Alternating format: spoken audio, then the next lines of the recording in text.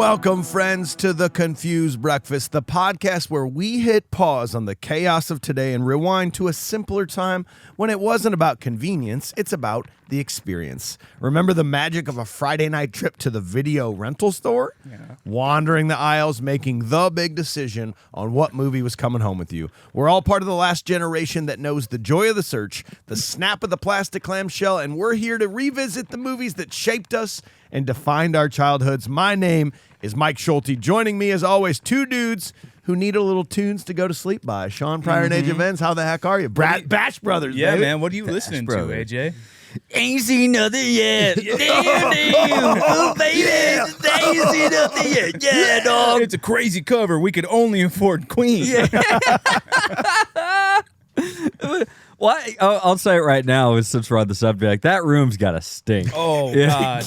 Get out of here. They're leaving those cups on the counter, and their nightstands. Like, something's getting spilled in there. It's bad. They're practicing every day and probably playing a game, and they're not washing. No. They're not doing that. No. Well, boys, on today's episode, we're diving into a sequel that was bigger than anyone expected. This movie opened number one at the box office, ended up grossing more than 4 times its budget. It cemented the Mighty Ducks as a full-blown franchise, paving the way for a third film and even an animated TV series, as well as a 2021 TV series. It even helped garner in the popularity of a new NHL team, the 143rd live-action film produced by Disney. Okay. Oh. Everybody knows that's a big number. That's a very important larger milestone. number. Channel 43, it was for me. It was Disney. Yeah. 143. We're, of course, talking about D2, The Mighty Ducks. Well, dang it. Ladies and gentlemen, it's time for another nostalgic journey to the past with The Confused Breakfast. Sit back, relax, and enjoy wherever you are in the world. Take it away, boys. Put that away. We get it. We get it. Cool? It's so cool. Isn't it awesome? Wow, Yes, it's a it Jaws is. buoy. They ran out of the popcorn ones, which were like the shark and it was like mouth open. But I don't care because this is way cooler. It is. It is honestly fucking way put it cooler. away, okay? I hate ice cubes making noise. Okay. Anyway, this movie in particular, once a month we let our Patreon members vote on a movie that we are going to do. We chose hockey movies because hockey's right around the corner, and they picked D2 with 38% of the vote, followed by Goon with 26%, Miracle 11%, Mystery Alaska 10%, Slapshot 9%, Sudden Death 7%. All right, guys. One last chance for Slapshot. One last try. It's gonna get on a vote some other time, and if no one picks it, we're never ever doing it. We'll never do it again. We'll never do it ever. Yeah. So. But we're going to do D2 today, my friends. Oh, right. And we decided that we would start talking about it with pure nostalgia first to just see how it goes. Let's talk about where we were when we were young, when we first saw this movie. Sean, tell me all about it, and what was your nostalgic rating of the movie? I'm sure I saw this movie, but I can't say for sure. So, NA. Really, dude? I have no idea. Okay, well, Sean's going to be an NA. AJ, what about you, buddy? Oh, I've seen this movie. I know you have. Oh, daddy, have I seen this movie. I saw the title, D2, The Mighty Ducks. I was like, what could it be? And this is, I'm gonna come right out and say it right now, guys. I'll just get it out of the way. This is probably my least favorite of the trilogy. Oh, wow. Okay. But like, are you talking modern day or are you talking nostalgic? Yes. Okay. There is something about this. We will get into it. It's called the Ninja Turtles effect for me. Number one was raw and gritty and in the streets and in the city. And this is just color galore and just what are we talking about? So back then, though, I was still convinced of myself. I was like, Mighty Ducks, I want to play hockey because I think I can. And I will give this a... I'll give it a 7.4. That's what I convinced myself it was. Okay. Well, listen, I will also call this the Teenage Mutant Ninja Turtles 2 effect. But if you remember, I liked Ninja Turtles 2 a lot the first time I saw it, and I loved the Mighty Ducks 2. Yeah. This movie had rollerblading through malls. Something I wanted to do so bad. It had Team USA. It had like bigger, badder villain, Knucklepucks. Like the first time I saw this movie, I was a pure 10 on this movie. Wow. Pure 10 on this movie. Let's see what our executive producer today has to say. We got Mike Giuliano. He says, Gordon Bombay sounds like a guy who sells men's designer cologne for $500 a bottle. Yeah, that's my way of saying this is an NA for me. I mean, I know I must have seen the original Mighty Ducks at some point in my childhood, but honestly, I have no recollection or memory of it. Literally, all I know about this movie is that Iceland are the bad guys, and that's because of a joke on Parks and Rec. Sounds like I'm watching both movies to get some context. So, between Mike and AJ, we are going to be an 8.7 as a nostalgic rating, right? That's it. Yep. An 8.7 is going to be all alone in the 27th spot of any movie we've done. Dang. We think Biodome's a little bit better, but we think this is a little bit better than Rookie of the Year. Is how we feel nostalgically about this movie. Yeah. Crazy. Okay. Kind of. Right. It's that's what I think. It is what it is. So, but now we're going to take it all away. We're getting rid of the nostalgia. We don't care anymore. We're talking about this in 2025. How does this movie hold up? And we're going to start with Sean. First, we got to learn some important details of the movie. What do you got, Sean? Produced by John Avnet and Jordan Kerner. Written by Stephen Brill. Based on characters created by Stephen Brill. Very important because even in the credits, it's written by Stephen Brill. Endangerment. yeah. Yes, Stephen Brill, and then characters created by Yeah. Gotta have wait, it. so he wrote the movie, meaning he created the characters. Oh, okay, Yep, gotcha. yep. All right, Super cool. friend of Adam Sandler. Yeah. Stephen Brill. You got it. Yeah. Who's in this? Yep. Music by J.A.C. Redford. I'm gonna just Jack. Let's just say that. He also did Save the Dog, Dad's a Dog, Oliver and Company, Newsies. He did D3, and then the masterpiece Heavyweights. All right. Cinematography by Mark Irwin. He worked with David Cronenberg a lot. He did The Brood, Scanners, Videodrome, The Dead Zone, The Fly. He also did Dumb and Dumber, Kingpin, Scream, 10 Things I Hate About You, and Phantom Pups. Why are you not saying one of our names after each of those movies? Because those are all mine. Okay. I think I'd like Phantom Pups. No. Okay. Hey, no. It was made for me. Edited by John Link and Eric Sears. Directed by Sam Weissman. He also did, guys, Seventh Heaven. A bunch of episodes of Seventh Heaven. George of the Jungle. And What's the Worst That Could Happen? Cast: Emilio Estevez, Catherine Irby, Michael Tucker, Jan, Rubes, Karsten Norgard. I think it's Jan, buddy. Yeah. Yep. I have Jam. Jam. Karsten Norgard, Maria Ellingson, Joshua Jackson, Eldon Henson, Sean Weiss, Matt Doherty, Brandon Quinton James, Garrett Henson, Vincent LaRusso, Colum Jacobson, Keenan Thompson, Ty O'Neill, and Marguerite Moreau. It's a lot. As it is sometimes in Hollywood, production houses want to keep you around and, if needed, throw you away when the money stops coming. So for Mighty Ducks, Disney had secured a 3-picture deal with producer Jordan Kerner and writer Stephen Brill. So after the success of the first film, the second was fast-tracked into production. Brill wanted to take the story a bit more globally rather than focused in District 5. So Brill originally wanted to take it to the Olympics, but he knew they would never agree to that, so they then set the tournament at the Junior Goodwill Games. Iceland was chosen as the main big bad because the original choice was Russia, and they thought that would be in poor taste. Probably. Yeah. But also, we'll get to it later. I mean, Iceland? Okay. Yeah. Isn't it always in poor taste? Well, it's got ice in the name. Russia? Why don't we just put them as ice skaters? Okay. Iceland had this mysterious culture and people with stark blue eyes and blonde hair, said Brill. He thought they could play that aspect up a bit. And this is like pre-Iceland actually having tourism there, so people just didn't know. Yeah, They're exactly. Like, I don't know. Maybe it is crazy. Iceland is a place, and like people, like they even say it in the movie. They're like, yeah, it's full of ice. Obviously, no, Iceland. Sean, we'll get there.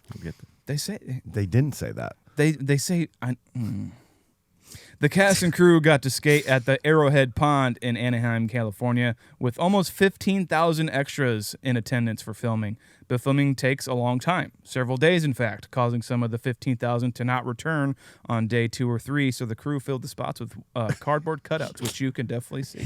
Which I did not see as a child. Oh, no. And now it's like, wow, how did I not see that? It's pretty painful.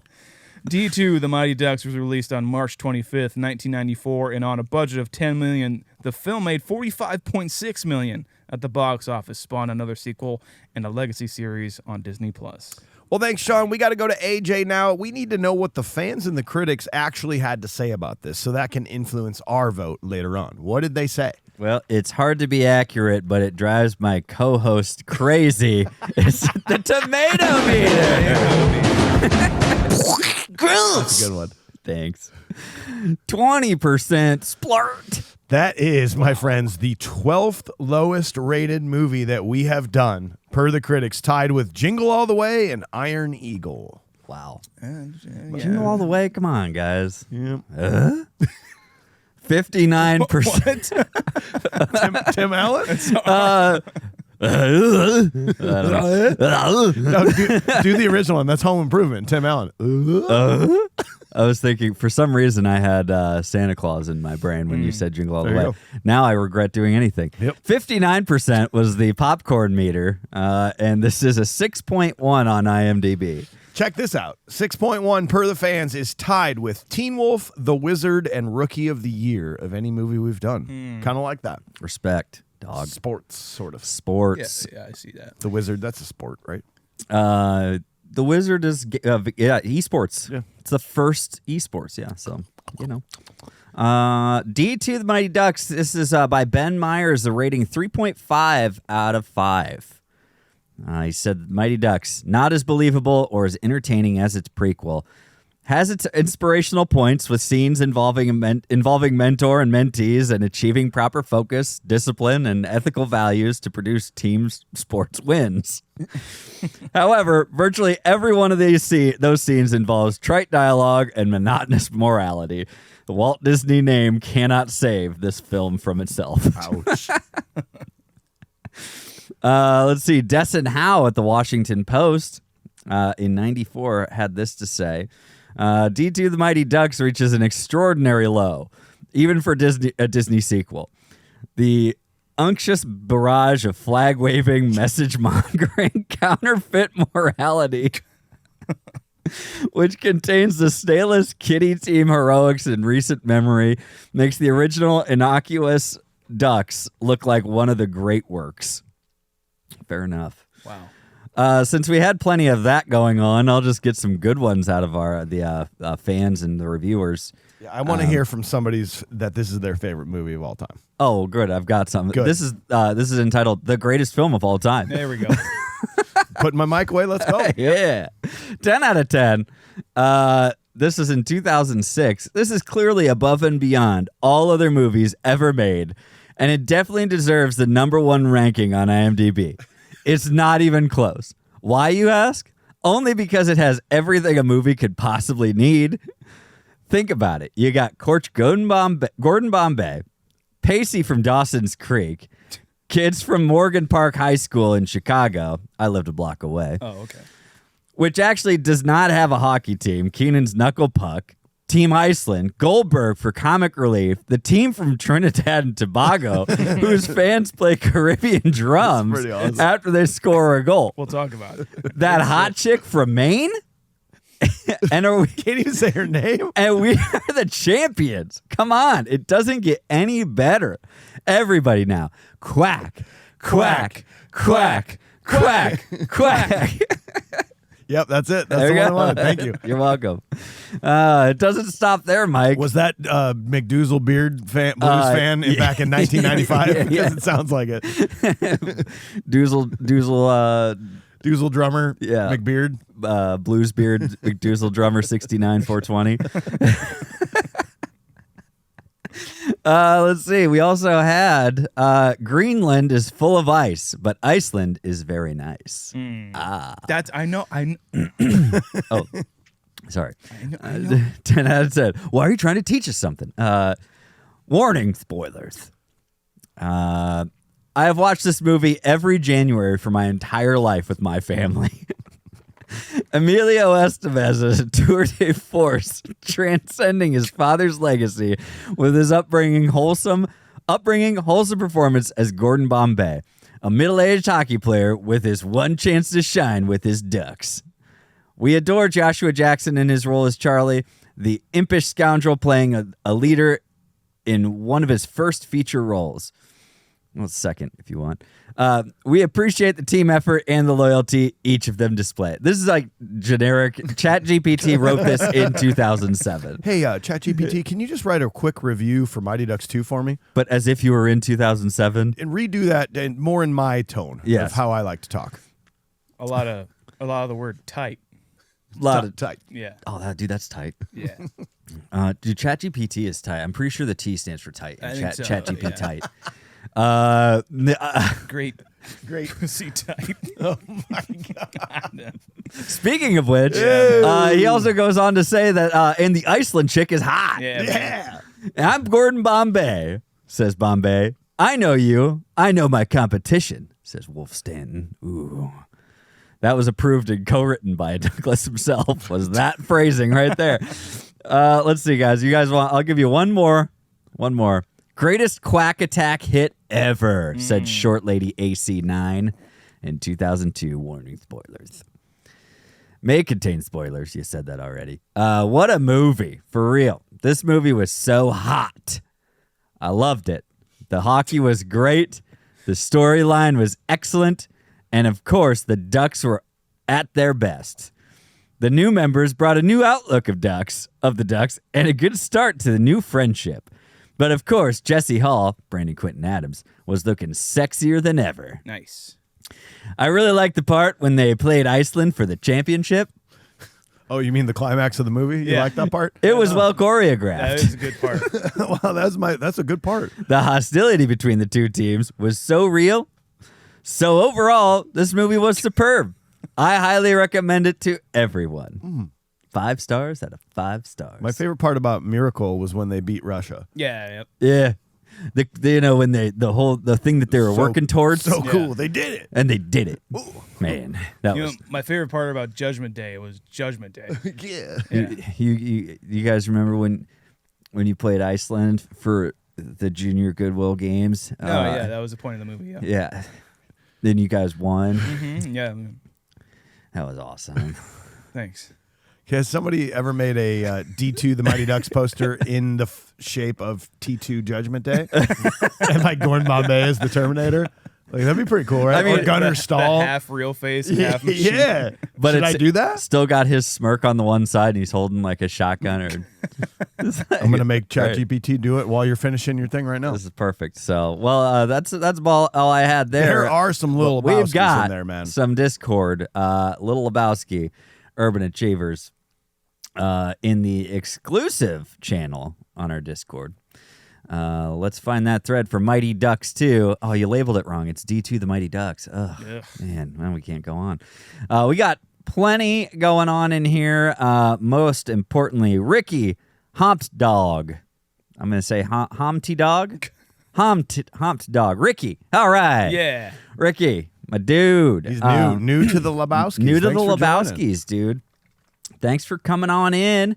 Oh, man, I've been waiting for this. In summer of 94, my parents signed me up for YMCA summer camp to get their hyperactive 8-year-old out of the house.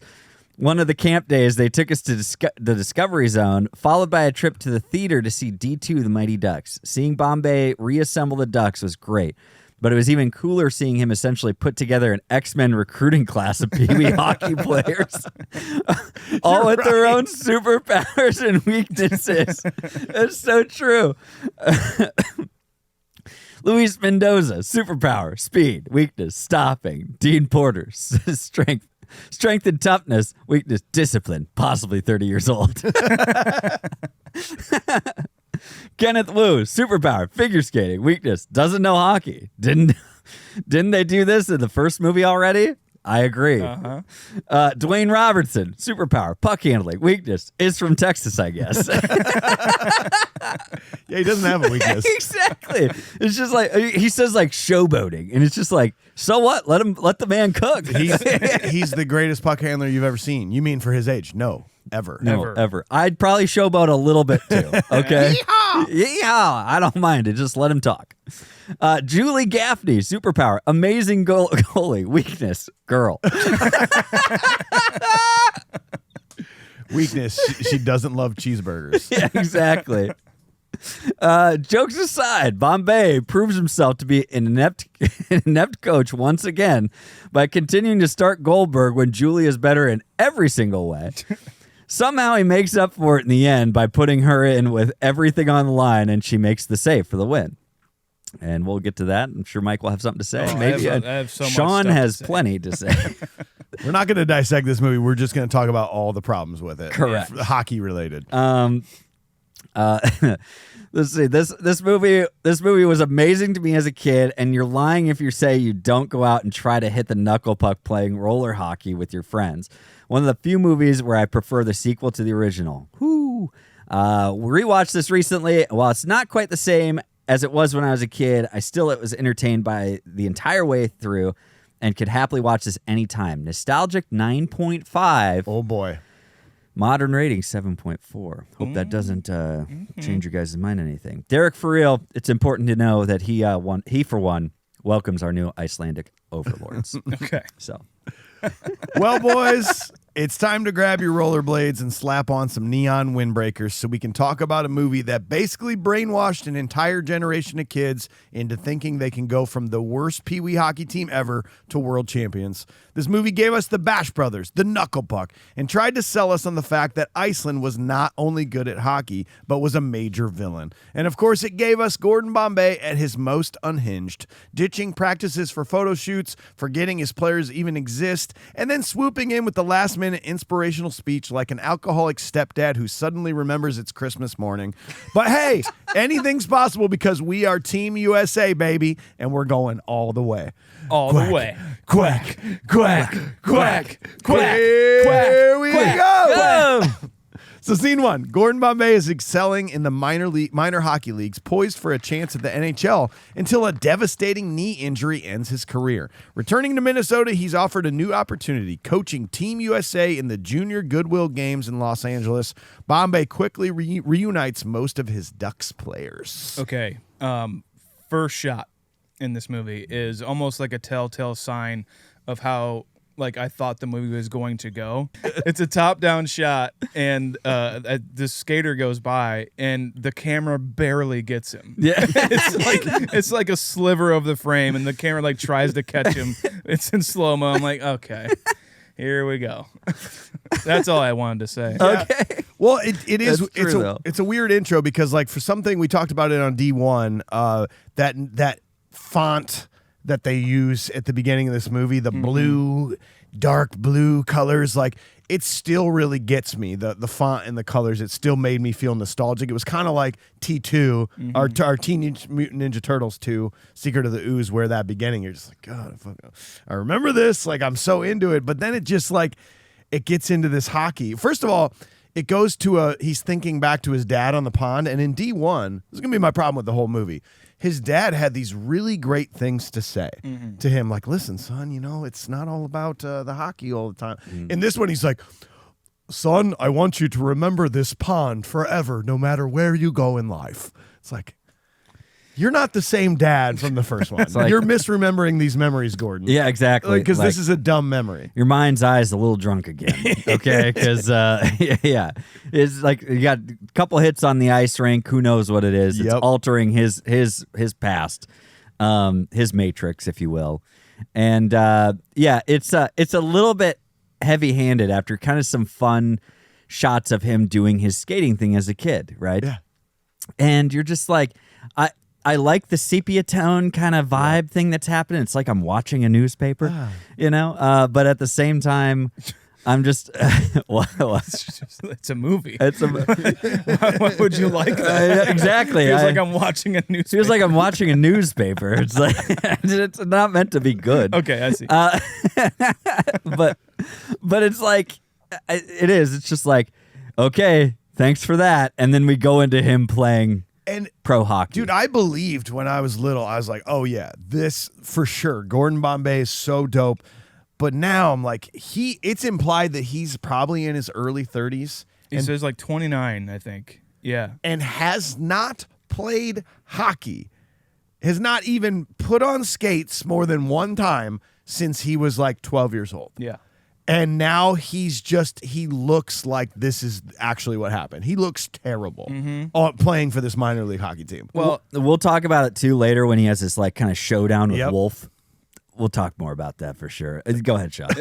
Like I have to say that this intro title sequence is maybe my worst that we've ever covered because it's stutter steps so much. I said nostalgic, okay? yes. But like it goes through like You're right. editors and then executive producers and then like the unit production manager and then like the gaffer, which is like reserved for the end credits. Yeah, save it for the end. Man. Ring bearer. And then and then it's just black for a sec and then slowly comes into like our background of like what he's doing and shit.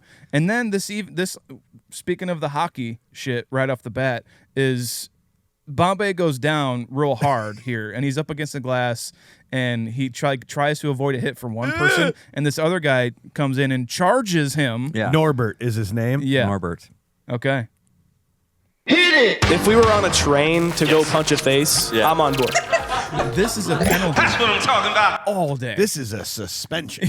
Yeah. Fuck Norbert, dude. Because this is the guy that is in the minor leagues that's never going to make it and has realized he's never going to make it and is watching Gordon Bombay like, I'm going to end his career. Intent to injure, boarding, he's done. Yeah. Get this guy out of here. You know, I have to blame a little bit on the announcer though, because he's just hyping up Gordon in everybody else's ears. You know, think about it. He's basically like, Gordon Bombay, if he can just finish this game, if he can make it through the rest of this shift, he's going to the NHL. Literally 30 seconds left. He's going to be golden. He's going to be set for his life. If he can literally get himself onto the bench, he's going to have a great rest of his life and career. 30 seconds left in this game. In the final game, the scouts have already said the contract's ready to go. He's just got to sign. It's got an overly wet, leaky pen just waiting to sign that contract. Man, it would be a huge bummer if something were to... Oh! I love Disney so much, man. They're just talking about it. Like, of course, every other player is probably hearing this, just like, fuck Gordon Bombay. I want my shot. Like they changed that minor league team just has the announcers going through the sound system. You can hear everything. That's what I imagine. That's what I like to imagine because that's why this Norbert's just getting more and more agitated. Gordon Bombay's definitely going places, unlike Norbert. Unlike that damn Norbert. He's just a goon. His career might as well end after this game. Well, honestly. Dude, I picked up on something I never picked up on. We're assuming, right? Correct me if I'm wrong, that this is like the season ended for the Ducks in, let's call it December. It was like a fall session. They ended. He then went straight to the minor leagues, and he's playing in this season right now, which he's been in for maybe 4 to 5 months. Mm-hmm. Okay. And like the team, the Ducks have not played again yet. Like their season has not come around again yet. Yeah, as a team. Anyway. Yes. So 4 months have passed since they won the championship, and they say that Charlie's mom remarried already. Damn. That means that Charlie's mom was not dating anyone, met someone, and already got married in 4 months. When you know, you know. You know, you know. You know. She was desperate, dude. Well, hey man, she got that rebound with Gordon Bombay. Yep. Hit that so rebound. now she's ready to go. She's bounced back, man. And now she's got the paycheck. That's Because right. she married a CEO. That's she married right. a lawyer. That's what she was going for with Okay, Gordon. there You're you like, go. Gordon, don't quit your job. Don't this stop. is a fucking pee-wee hockey. I want to ride in limos. I'll suck your dick all day long. In if a you limo. Just stay a lawyer, please. And you quit. Okay. Oh, You quit for my stupid fucking son Charlie, who's never going to play in the NHL? Jesus Christ. Yep. He sucks, dude. Have you seen him play hockey? Fuck, Gordon. Brother has a cane now, dude. Yeah. This is crazy. Dude, they gave him a cane. Oh, you know what'd be great? Just to show how down on his luck he is, let's give him a cane and let's have it be raining. Pouring rain. And he's taking the bus. Yeah. Let's do that. How low can we go? They didn't take it a Gordon step Bombay? further with like 2 cars going by and splashing him in a puddle. And they gave him like a hat 4 sizes too big, so he looks like a little kid. He does. It's like No, he's 29. he's 29 For sure. and he looks like a child stepping off that. Because as a child, I would also think it's cool to have a cane.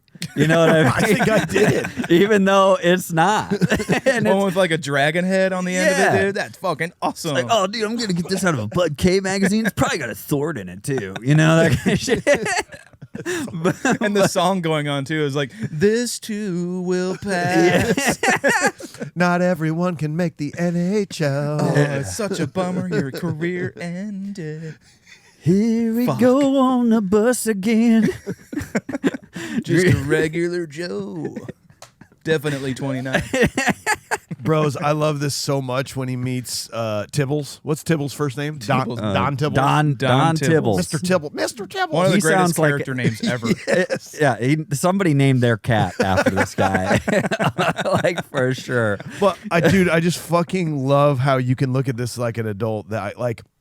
Everything moves so fast here. Yes. It's just like he's offered this job. There's no questions about pay or contracts. And he just automatically assumes that the Ducks are going to be the team. But I like to pretty much envision that this is what it was. Like, Gordon, here at Hendrix, we've been looking for a disgraced lawyer who only coached hockey to serve as punishment for a reckless DUI, and then quit that high-paying lawyer job to finish his only season of Pee Wee hockey coaching, then quit coaching to barely play 1 season in the minor leagues. Like, why is he being picked to be Hendrix hockey? Here's my note. Man injured. No longer can play for the NHL. Working as a regular stiff, sharpening skates. Day 1 offered to coach for Team USA. And says yes without even questioning what the pay is, what the contract is. Let's go. This movie moves so fast. If there is one part of this movie that you could call unrealistic, it's that right there. Just the job offer, and based off of Jan's recommendation, not even Hans. Where's Hans? Like Hans goes back, and To then the home country. the home country. And by the way, I think they say like that the home country is Germany. No, it's not. He's Norwegian. Hans is Norwegian. It doesn't matter. It's Stupid 10-year-old kid, just watch it. Shut up. Will you please shut up? It was like I wasn't questioning where Charlie's mom was when I was 10 years old. Now I'm like, where's Charlie's mom? She got hers already. You know, it's fine. I am wondering about Hans. Hans was the best. Yeah. Now Jan is great. He's okay. Okay. I have is a okay. theory. I have a theory later that actually Jan is an evil supervillain. Okay. I think coming. It's I coming. think Jan is okay. I'm not sure the man who plays Jan is okay. Oh, okay. He's You know having a what I tough. He's battling something. Yeah. Yeah. He's. Why'd you put him on skates? He looks like he's gonna break. But explain to me like why this has always bothered me. Most of this movie I'm cool with, even as a kid, but the fact that the Ducks are automatically chosen as the fucking team to represent Team USA. The Ducks are the worst hockey team in the history of Pee Wee hockey. They're so bad. We talked about it in D1. They hadn't scored a single goal for like 4 straight seasons, and then Gordon Bombay gives them a few trick plays, and they learn how to handle eggs with their hands, Hey, soft hands. Soft hands, not strength. Yeah. Mike, it's because they have heart. It's God. You imbecile. I fucking hate it. That I mean, even you see these Hawks guys later on here that they're like, yeah, we're gonna can't believe they beat us. Like every player on the Hawks is better than these guys. They actually say exactly how long it's been. That guy says it. It's like He says like last year. He says like last year. They really shoehorned that in.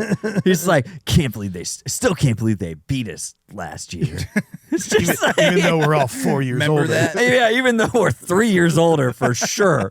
A lot of us have like gone through a spurt. Okay? We all did, man. Like There's a lot certain of us. age from like 4 to 5 where you look like you're 29. Yeah. Yeah. And by the way, this is one of the worst things that I think they do randomly throughout these movies is giving Fulton this voice. Yeah. Oh, you mean the Hi guys. Why? He only has two voices. He has the hi guys, and then he has the yeah. And by wasn't everyone else skating away? Why did they stop? They're like, oh, we hear somebody getting beat up. Must be Fulton. So in Fulton's territory. Yeah. Well, if anybody gets beat up around here, it's Fulton. This is Fulton's turf. The fuck, I didn't say a punchable face, but it's these three bullies. Yeah. Here, it's their line delivery of "Here they come." I love this, and then one of the kids just says, "They are stupid." Not they're stupid.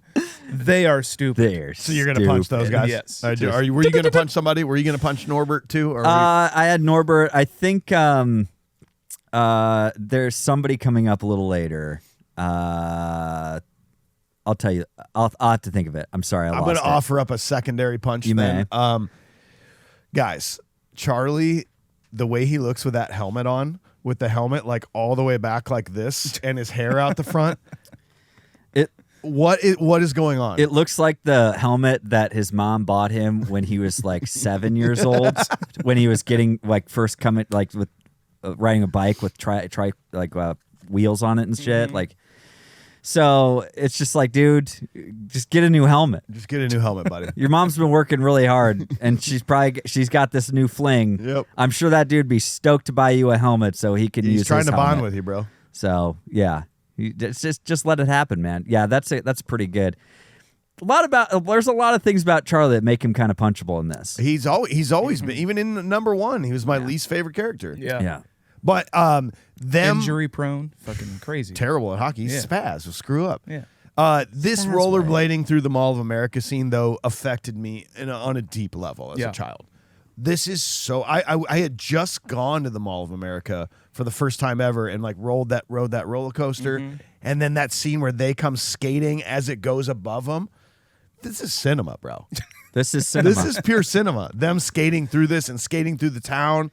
I still got a little amped up watching this as a 43-year-old. I mean, it's everything. I thought of you, and then I'm like, obviously this can hit to anyone who has been in a mall and has like done any rollerblading or skateboarding. Unfortunately, I've got to skateboard through a mall, and it was glorious. Yeah. Or anybody who's played like Tony Hawk. Yes. Pro skater.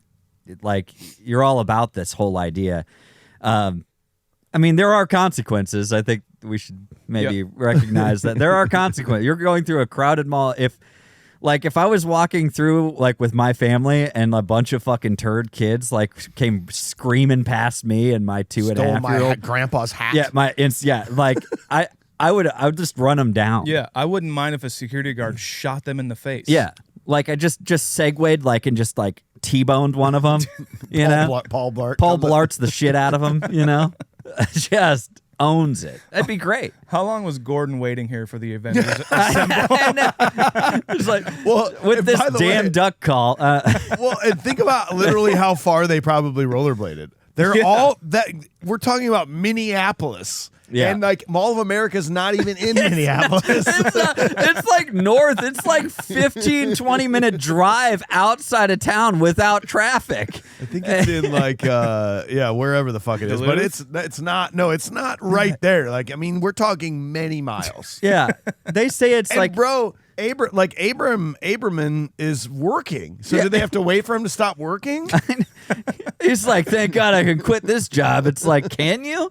Goldberg works for his family. Did he quit his job too? You just left somebody's sandwich on red, like sitting there at the deli. And by the way, if Abraman, if he were a real person in real life, he definitely has a movie podcast right now. Oh, okay. Yeah, he's definitely like a movie podcast. Shout out, dude. Come on the show, man. Yeah, shout him out, bro. We skipped over one of my favorite, again, old country references of Haas and Pfeffer and eggs. Yeah, because that's a real thing. Super funny? It's like, it's not funny. That's the problem. It's like, Jans, Haas and Pfeffer and eggs. Oh. And it's like, Okay, and I was like, what the fuck is Hassenpfeffer? Do you guys know what Hassenpfeffer? No. It's stewed rabbit. Whatever's on that plate doesn't look like stewed rabbit. It looks like something else. But I looked up some recipes. I'm like, you know what? This sounds fucking delicious, actually. And now I'm like, these guys are dreading this? Yeah. Those look like perfect eggs, and like Hassenpfeffer it's stewed rabbit that's been going for probably like since yesterday, overnight, slow cooked, and you guys are bummed about this? Fuck you guys. Well, also in that, yeah, I mean, like that's it seems like a delicacy almost, and then And he makes it every morning. yeah. Well, and he's What a bummer. Gordon is like slumming it with Jan, and he's like, "Here's some breakfast." He's like, "Oh, I thought I smelled something burning." You can leave. I spent 3 hours making it. It's like, you know what? I'm not doing this anymore. I've bent over backwards for you since you got here. By the way, rent's due. All right? Fucking fuckface. God damn it. Would you put a sheet on the couch the next time you sleep on it? How about that, you Neanderthal? God. Just barbarian. And by the way, Hassenpfeffer and eggs is not a real thing. You don't put those together. Okay. Just wanted to bring that one up. Maybe that's why they didn't like it. That's fair enough. I would eat the shit out of it. Yeah, this sounds great. I'm hungry. Well, let's do scene 2. So Bombay introduces 5 new recruits from across the country with unique talents, rounding out Team USA's roster. They learn to work as a team. The team travels to Los Angeles. Despite the distractions around them, the team coasts through early victories, easily defeating Trinidad and Tobago and Italy. Meanwhile, backup goalie Julie the Cat Gaffney grows frustrated at sitting on the bench as Goldberg remains the starter. One thing I did want to mention, they never address the Ducks that didn't return. We're missing Dave Karp, played by Aaron Schwartz. We're missing Peter Mark. I can't remember which one Peter Mark was. I don't know. Peter was the short one with the leather jacket. Oh, yeah. We're missing Peter. We're missing Jesse's brother, Terry. Yeah. Where's he at? Tammy and Tommy Duncan? Where did they go? And we don't even have like one line of dialogue to address that. No. They have to have died. They're just dead. Yeah. It was. I just think that you could make up as much of a problem as it is for me. I feel like it's pretty easy to just kind of make up why they like this is the thing. It's like, hey, we're gonna bring over the bulk of the team, the ones that probably did some scoring and really performed and showed. Because like you said, Mike, they aren't good hockey players. They were what did Karp ever Karp do? was about the worst of the worst. He got ring-dinged in the head and then and he got carted off, He got carped off. So it's just like, all of them weren't great, you know what I mean? But it does beg but then the problem is it's like, hey, we got a figure skater. Well, we had a figure skater. Like, what the fuck, I don't know. I have to imagine like the people who didn't get back on the team are like watching it on TV being like, the fuck? Yes, dude. Nobody called the me. number one movie in the country and I can't even get back in it. Email would have been nice. Like, what the fuck? Truly, it's all Charlie's fault. He just had so much time to go and round up who he wanted. Oh, so it was just whoever was around. If you weren't home that day, like you just got left off the team. Terry was home sick the day when he wasn't at playing hockey with Jesse. Yeah, he wasn't there, so it's like, he's out. But to be fair, the reason this movie is, if there is a reason it's better than the first one, it is these new players. I love these new players that come on this team. Oh, yeah. And I've always loved them. Yeah, this is my first problem with the movie. Well, I have many problems, but the first you're going to talk about. This first one I'm going to talk about. I wish they focused more on the kids on the team.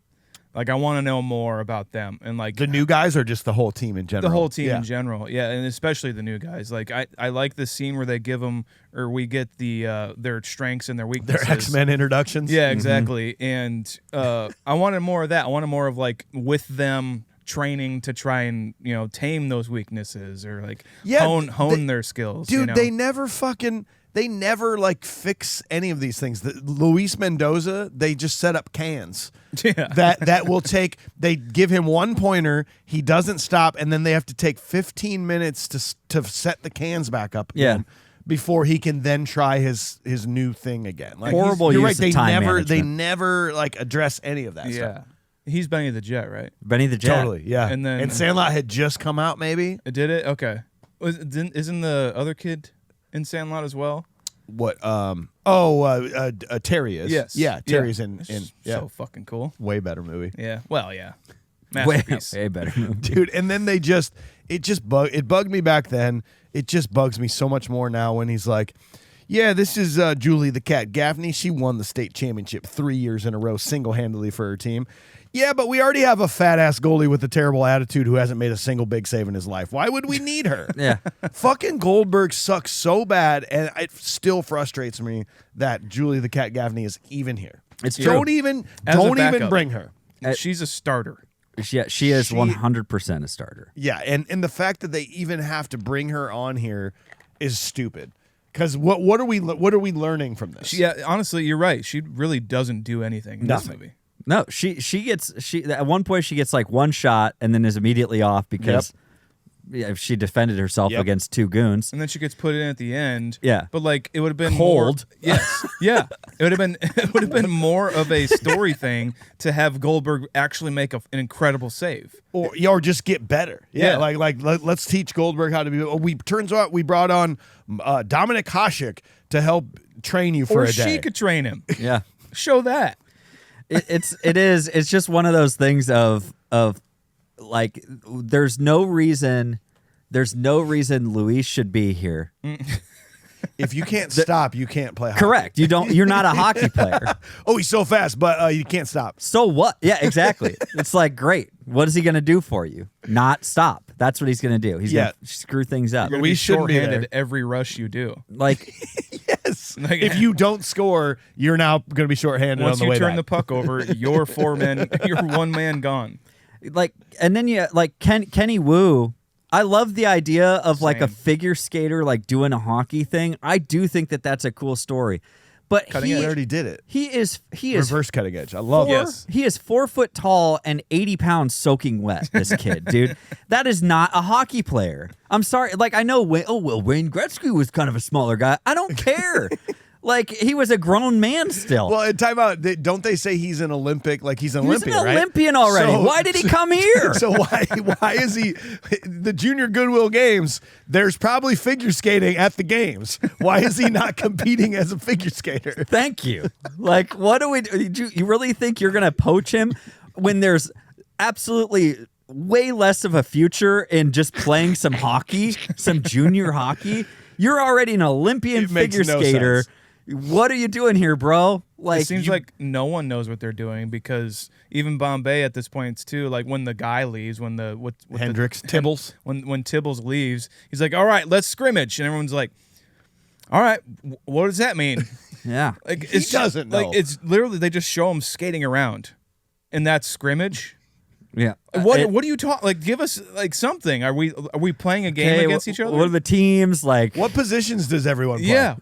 What do you play? What do you guys? Yeah, like we don't get into that at all. The only thing that designates Goldberg as a goalie is because he has goalie equipment on. And even then, it's questionable. Yeah, true. I mean, let's be real. And then you get in, like they finish their fucking training, and then you have this stupid thing where like fucking Charlie's like, "Hey, these jerseys are cool and all, coach, but they say Hendrix all over it." It's like, because they're our fucking sponsor. Yeah, but it doesn't say Ducks because we're fucking Team USA. Yeah, but could we be USA Ducks? What are you fucking talking about, Charlie? No, it doesn't work that way. I just don't understand. I don't. I don't get it. His stupid fucking face when everybody goes, "All right," because these jerseys are fucking dope. They are dope. And everybody goes, "All right," and Charlie goes, "Huh?" But coach, but we're ducks. It says Hendrix all over it. Yeah, but aren't we supposed to be ducks? It's also like it's business stuff, Charlie. Don't worry about it. And it's like it's really not. We introduced to you in 3.4 seconds the moral conundrum of the story. Yep. Even though Gordon is completely right. Yes. But it's going to be our issue with the movie. It's like, what is going on here? It's like there's really nothing wrong with this, guys. Like it's not a moral issue. There's nothing wrong with like this. You're getting a lot of wonderful free equipment that you're probably going to get to take home. Travel to LA, room and board. Your parents don't even know you're going. I mean, and they're rid of you. Yeah. Hey, where's Goldberg at? I don't know. He hasn't showed up for work today. don't know. He's in L.A. playing for the Junior Goodwill Games? Go Saw him on TV. He'd be fine. I can't believe somebody put him in and said he's the best goalie in the country. He's fucking terrible. This is insane. That's our son. Jesus. Ugh. I hate him. God. But you're right. Like the whole thing, that was like my first rewatch of this. Charlie says that line. It's like, well, but we're ducks, aren't we? Like, why can't we be ducks? Can't we be USA ducks? It's like, no. It just doesn't get your head out of your ass. Well, and they've jumped on this thought of the Ducks, like it's so important. Yes. They weren't even the Ducks for more than one game, Dude, that's right. Like, how many games were they actually like the one Ducks? Or two, and it's been 4 months since they've even played a game. It's like at that point, if I was Gordon, I'd be like, "How about I just push you guys back to District 5? You want to do that, Charlie? Huh? And go back to wearing fucking copies of the Enquirer on your ankles? What do you want? We're playing for the country now, buddy. Yeah. Well, I don't get it. Like, what's a country? Like, What even is it? I don't even know. It's not like I don't like you. It's I just don't understand the things you say. I'm here for the art and the heart of the game. Yeah. It's like, fuck you, Conway. I told everyone I was on the Mighty Ducks, though. Oh, Like I Well- told all my friends in school. Now you can tell them you're on Team USA, brother. What is USA? what does it stand for? USA? USA. Oh man, but like, it is kind of some of the fun parts of this is like, well, first of all, I think we get our first 2 games, right? Yeah, we get our Trinidad first and games. Tobago. Mm-hmm. I love that's probably my prop. Maybe is a Trinidad and Tobago jersey. It's- Like I want one of those. Trinidad hockey is sick. Yeah, it is, dude. It's No. awesome. Woo! Okay, but can we get Trinidad and Tobago's story instead of the Mighty Ducks? I would- It's Yes. totally Cool runnings. It is. I would so much rather have that. And the unfortunate thing of like John Candy not being on that bench for a slight cameo is the biggest missed opportunity of this entire franchise. Son of a bitch. I'm would- telling you. And I'm going to go on record here, guys. A team from Trinidad and Tobago would beat Team USA. Yeah. You stake a Medal of Merit on that? Yeah, I would. I'm gonna about Medal of You're Merit. going to go on record. gonna go on record. I just want to go on I record. want to go on record here. That Trinidad and Tobago with Goldberg in goal would beat Team USA. I mean, yeah. And you're right, AJ. It's the more interesting story. It is. It just is. Like, they're playing a lot of roller hockey. There's not an ice rink for like anywhere in Trinidad, Tobago. It's just like Trinidad. It's just like it would be so much more. It would be like another Mighty Ducks 1 story. Yeah. It'd be amazing. Yeah. And like we haven't got to it yet, but I think my favorite scene actually is when they go to like the street hockey dudes. Yeah. To train, my favorite scene, they could have added that in there too, like from Trinidad, but then they like it's like coming to America, like on the streets now, Then they have to learn like more of the gritty way, Yeah. But let's continue talking about D2, I guess. Yeah. Well, time out. We got to get to the kids' antics. We got to show them. Yeah, we got to show them in their dorm rooms having fun, being kids. which I have to say Yeah. was pretty influential on my life. Like It's fun. We did the shaving cream trick a lot at sleepovers. I did learn from this movie 2 things: that I do need to listen to music to go to sleep. I tried that for a long time. You get Okay. some tunes to go to sleep Yeah. by. And then I also learned that if I go to a hotel, I should bring posters to put them on the wall. Oh yeah. I should decorate. my. You have to hotel bring the room. vibes. You got to bring the vibes. yeah. Right. They taught me that. How are they going to know who I am? They're not gonna know, man. It's my identity. Yeah. It's my identity. I need Metallica poster. Yeah. Like To have it. somebody checked a bag with that boombox in this fucking thing. Like that's this is again. We're talking about like let's just get some vibes going. we in gotta here. have some We fun got to vibes, show man. off their Yeah. vibes. And the whole shaving cream thing though. Look, when we were on tour, there were rules about things that you don't fuck with. You don't fuck with somebody when they're sleeping. Mm-hmm. You don't fuck with somebody when they're eating or their food, and you don't fuck with somebody when they're taking a shit. Okay, Those are the rules. Other Those than are the that, rules. You Do Otherwise, whatever you want. fair game. Okay, do whatever you want, but don't don't mess with the trifecta there. And Dwayne's the best. Dwayne's like the sweetheart of the team, man. No kidding. And you're messing with him? You're messing with this guy? What if you got shaving cream in his eyes and then he like ruins his eyes? He can't do his tricks anymore. Like he's so genuine. He sees the Wheaties poster and he goes, "That's us, dude. That's us." It's like I'm just stoked. I'm just like, obviously that's us. I just wanted to point it out. Yeah, they're being real dicks to this guy, and he's better than all of you. He's better than every player on that team. This don't look like no rodeo drive. It's rodeo, you fucking idiot. You fucking idiot, even though it's spelled like rodeo. So stupid. Sean, I have a trivia for you. You ever heard of Rage Against the Machine down Rodeo? Yeah, have you ever heard of Rolling that? down rodeo with a shotgun. Best made the band bring spot one. Anyway, Fucking dope. The press conference where Iceland, Team USA is going down. That's where they're going. I love this. We'll talk about it. But do you know the report? Did you recognize the reporter that asked the question right before that? There's a female reporter, dark hair, and she asked some dumb question of Gordon Bombay. I probably Did you recognize her? No. I'm sorry, I didn't write down her name, but she's Marion, the nurse in Halloween 1978. In the beginning, the White Rabbit. Oh, wow. That is her. No shit. She is that nurse that's riding with Loomis to the mental institution. That's awesome. Yeah. Oh my God. I Really saw her and I cool. was like, huh? And it didn't. So then I looked her up and found that. But yeah, I thought that was pretty cool. Fuck yeah, And that's also awesome. the waitress at the party. Did you recognize her when he's like, "What do you want to be when you grow up?" I want to be a dancer or whatever. She's the waitress. Yeah, and That's Leah Lale. She's Counselor Julie in Heavyweights. Yeah. I did see that. Yes, I did catch that. Yes. Yeah, you're right. Yeah. And of course, fun fact, the Jarrett Layoff Confused Breakfast Actor Database. This is Cam Neely's third movie Hell yeah. that we've done with him in it. Brilliant. He plays himself, obviously, in this movie. He's Seabass in Dumb and Dumber, and he was apparently Soch number 2 in The Outsiders. Yes. It was hard. It's hard to find him, but he's in there in a few scenes. So Soch number 2. Soch. Cam Neals. The conversation about well, actually, we've had Trinidad and Tobago, but now we've got then we have Italy. Also, not necessarily a country that's like much for hockey. Yeah. Don't like, think they do. I don't think they do hockey there. I think the Flyers had the first Italian-born NHL player, or maybe like the second. Really? Pierre-Edouard Bellemare. Like, it's Yeah, not prominent. Like, and by the way, they do actually play Russia at one point And Canada. and Canada, and we're not going to watch those. Glossing over.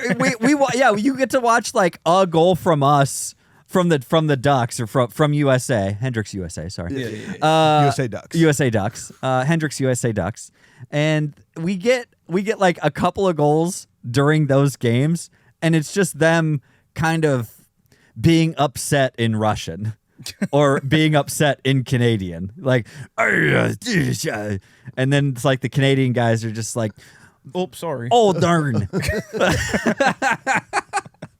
That's all you get. I'm sorry we lost to you. Sorry, we put up such a fight. I don't know if you zone. I always hit pause on this stuff now in old movies. Every time there's a newspaper article on screen, like it's 10 times, it's the same legal gibberish. The actual article makes no sense. Oh, really? Oh, yeah. It's the same article, and it's like 4 paragraphs in a row, just repeating in every single newspaper article that they do. The headline and the picture are what's important. The headline and photos, all you need to know. Don't hit pause and try to read this. I love that they did this in this movie again with where I can't remember what you call that in a movie where it's like they spin the newspaper like the news blast thing. It's just like, are people really getting this news from the newspaper? Yes, Like, they are. What do we I don't know. And it's is just that like funny. it being thrown by a newsy boy? Or... what started Upside that? down. it is so 1930s, Yes. like wartime news. Like Maybe it's wrapping up all this time that it took to like create and write the article and like have them interviewed and everything. it's a metaphor. Yeah, It's a metaphor. we're just wrapping it up. Last thing on this whole point is Julie goes in and has the conversation with Gordon, and he's like, "Don't worry, you'll get your shot." It's like, no. No. I don't think it's gonna happen. Nope. You need to know, I didn't actually want you on this team. Goldberg's hot right now. I mean, I got to stick with who's hot right now in the goal. He's not. It's though. like he's not. He's he just, never once. They show him make like one save, and he's already on his knees, and the puck just goes. He never. He never makes like a valiant effort of like a save. It's just like he's doing 1950s goalie tennis. Yeah. Standing. And Russ is correct. He's in the crowd heckling him, being like, I bet if it was a cheeseburger, you'd stop it. It's like, yeah, he would. Oh, yeah. He'd probably do anything it takes if that puck was a cheeseburger. It's those saves and like they shoot it into his glove. Yeah. They're just luck. That's Bombay's metaphorical training for Goldberg is cheeseburgers probably. Or just shooting food at him, you know? It's like we could do it. We don't have to do the fat jokes anymore, guys. It's like, okay, can we stop writing that, Stephen Brill? Thanks. Well, it's my favorite. Well, scene 3, Fulton and Portman catch Bombay on a date with the Iceland assistant coach. The momentum shifts when the Ducks face Iceland, a powerhouse team led by Wolf the Dennis Stanson, who crushes Team USA 12-1 and injures star player Adam Banks. Humiliated and desperate to avoid elimination, Bombay drives his team to exhaustion with grueling practices. Tutor Michelle McKay steps in, halting training and forcing Bombay to realize his neglect. As players recover, they meet Russ Tyler and his street hockey crew, who teach them toughness and creativity. Coach is against us now because he's trying to get some Iceland pussy. Yeah, he's trying to get some. This movie's throwing so much at us. Like, this doesn't matter. The McKay thing doesn't matter Miss at all. McKay is the most pointless. In fact, it's summertime. Why do they need a tutor? And I love her as an actress, too. Correct. She's great. Oh my God, AJ, it's summer. Shit. Wait, what? It's summer. Why do they need a teacher? That's right. It is, right? It is summer. We're correct in that, right? It's Is the it? Junior Goodwill Games. It's summertime. Okay. It's clearly it's summertime. LA. It's LA, but though. no, when they were in Minneapolis, like everybody had shorts on. That's and a shit. good point. It's summer. If anything, it's the very like if it's kids, they're not gonna take them out of school to go do some Goodwill games. Let's be honest. This whole entire Mighty Ducks team probably qualifies and should probably do summer school. Let's be real. Dude, but you're right. It is. Portman's already graduated. Miss McKay, I'm already graduated. With honors. He's got documentation. It says I am 14. It's like, what the fuck? Dude, like, but you're right. The fact that it has to be summer, because they wouldn't do this during like any time during the school year when it's kids going to do this sort of a thing. They're combining summer and winter sports Yeah. all at the same time. Yeah.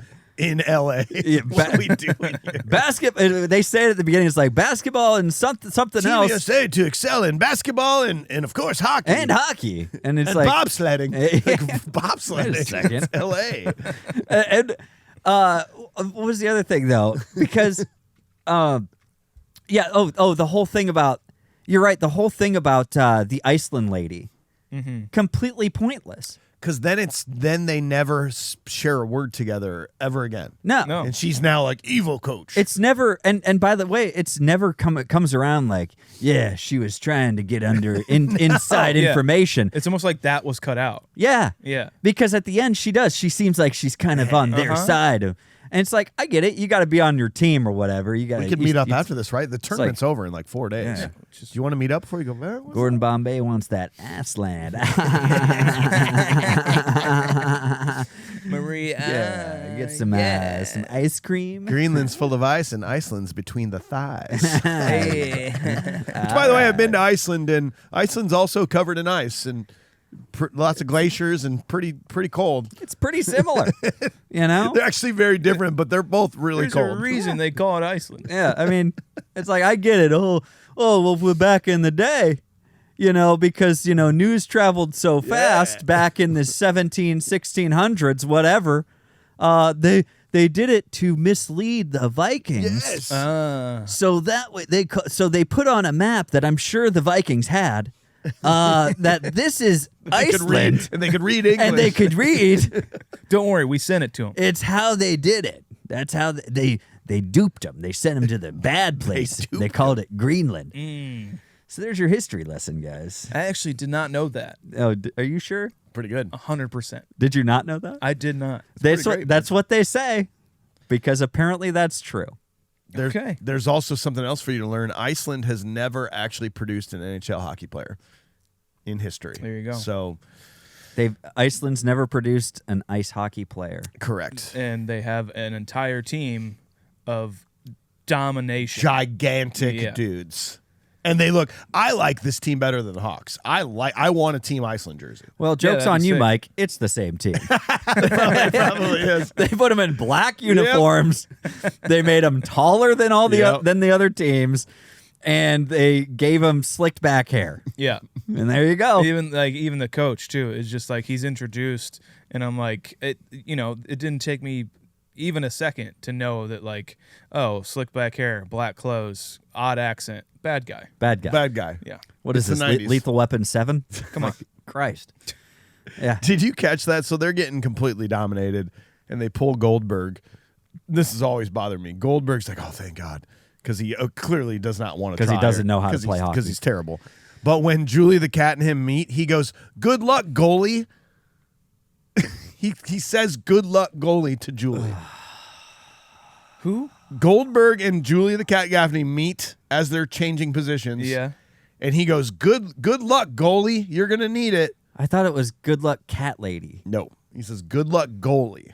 Oh, God. He doesn't even know her name. That's how pointless Julie the Cat Gaffney is in this entire story. He doesn't even know her name. He doesn't know his own backup's name. No, that'd be like Who Banks. outperforms him in every practice that they have. That'd be like Banks replacing Dwayne and be like, good luck, forward. Yeah. It makes no sense to me. Yeah. And Adam Banks, Dude. this is like, I honestly think that the Mighty Ducks, it should be the Adam Banks story, It should. because he is the best player. He Clearly, in all movies, in all three in movies. all three movies, Yep. he is the best player in the entire league of whatever they're doing. In number 3, he goes to varsity instantly, and outperforms there. But then, like, here, he is the best player. In number 1, he was the best player. He has an interesting story. He's transferred around, district realignings, things like that. And then he comes into this, and he gets hacked.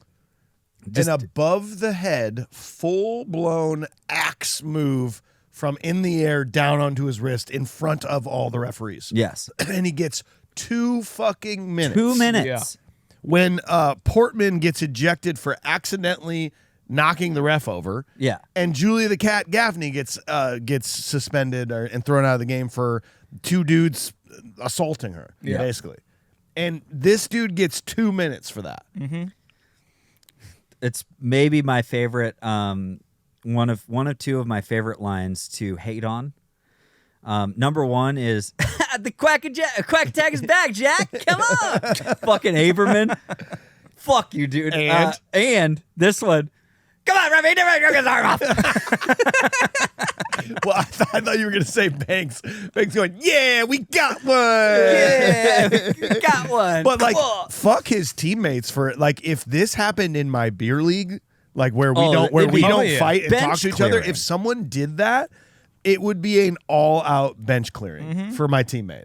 Yeah. And his team, and like Coach Bombay doesn't even try. He's like, come on, anyway, Never change it up, guy. Change it up. Banks is out. Okay, Yeah. Just switch it up, I guess. switch it up. It's just like it doesn't make a lot of. It's just so inconsistent, I guess. And this game ends 12-1.